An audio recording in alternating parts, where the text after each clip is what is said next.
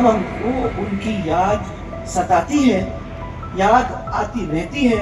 और जब हम ऐसे बैठते हैं साथ साथ तो याद करते हैं कि उस व्यक्ति ने हमारे लिए क्या किया, वो आसानी से हमारे दिलो दिमाग से मिटता नहीं। मैं ध्यान दिलाना चाहूंगी आपको कि भारतीय जनता पार्टी के तत्कालीन उस समय जो राष्ट्रीय अध्यक्ष थे अमित शाह जी ने 22 जुलाई 2017 को जयपुर के अंदर एक बड़ी मीटिंग रखी थी। हम लोग सब थे उस मीटिंग में, सावरलाल जी भी वहीं उसी मीटिंग में आए थे। उन्होंने उस मीटिंग के अंदर बात तो कुछ और हो रही थी, पर सावरलाल जी का तो रहा नहीं जाता। वो किसान के साथ इतने जोरदार तरीके से जुड़े हुए थे, जमीनी कार्यकर्ता से इस तरह से जुड़े हुए थे कि ऐसे समय में भी वो छोड़ते नहीं थे।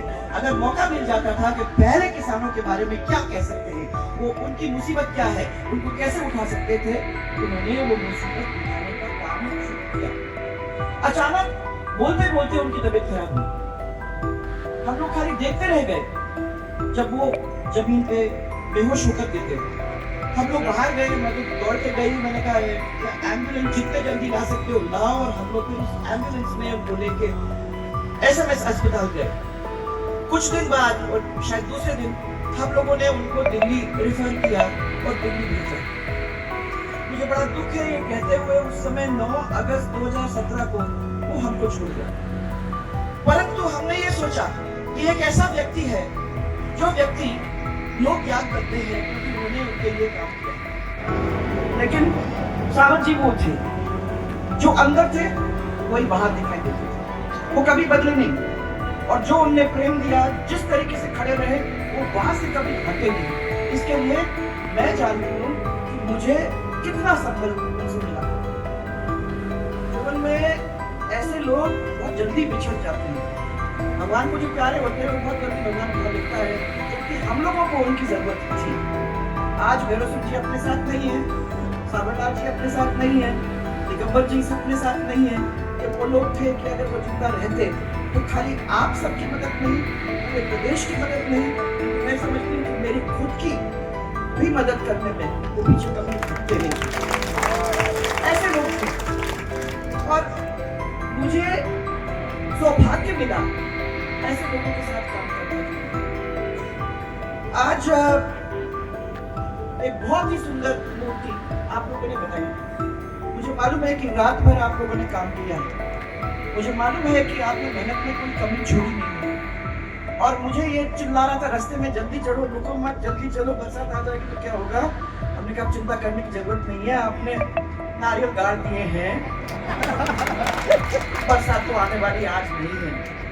वहां तो हम जाएंगे, अपन लोग बैठेंगे, एक दफा सब महिलाओं के आंखों में आंख डालेंगे, आप लोगों के साथ बैठेंगे और यहाँ खड़े होकर आपको समेट कर प्यार से यही कहेंगे कि ये परिवार है और इस परिवार के बीच में आने का बहुत बड़ा सौभाग्य तुमने मुझे दिया।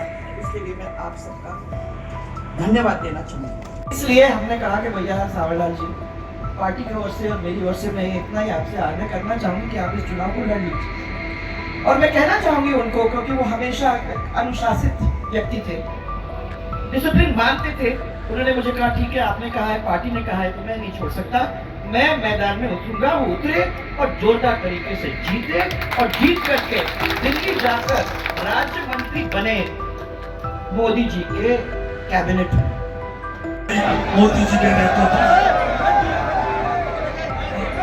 सुनो, हमारे देश के प्रधानमंत्री नरेंद्र भाई मोदी जी के नेतृत्व में सबका साथ, सबका विकास, सबका विश्वास, सबके प्रयास के मूल मंत्र के आधार पर आज कृषि क्षेत्र में जो सभी यहाँ किसान भाई और बहन आई हुई है, नौजवान साथी आए हुए, मैं कहना चाहता हूँ कि मोदी जी के नेतृत्व में आज पूरा देश तरक्की कर रहा है और कृषि के क्षेत्र में हम परिवर्तन हो रहा है।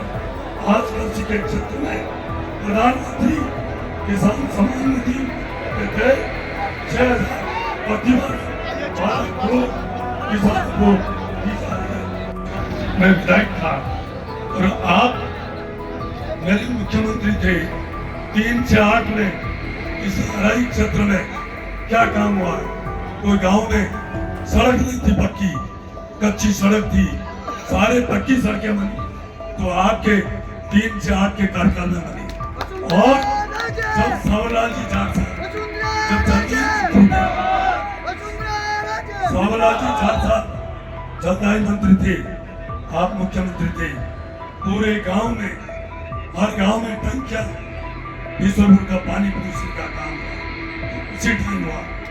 और मैं कह सकता हूँ कि सावरलाल जी जाट साहब ने चाहे भैरू सिंह शेखावत जी के कार्यकाल में अकाल मंत्री थे, तब भी उन्होंने जनता का काम किया। और आपके 3 से 8 और 13 में भी जब वो मंत्री बने, 14 के अंदर जब लोकसभा सदस्य बने और केंद्र में मंत्री बने, तब तक भी उसके पहले आपके मंत्रिमंडल में थे। और उन्होंने जो काम किया, आज भी जनता श्रद्धा से उनको इस चीज के लिए मानती है। परंतु आदरणीय वसुंधरा जी, मैं मानता हूँ इस प्रकार से सावरलाल जी ने जो सेवा करी, उन्होंने जो काम किए किसानों के बीच रहकर, किसानों के लिए हो, चाहे आज बीसलपुर योजना माननीय हमारे मुख्यमंत्री जी के कार्यकाल में बनी तो उसका गांव-गांव में पानी पहुंचा।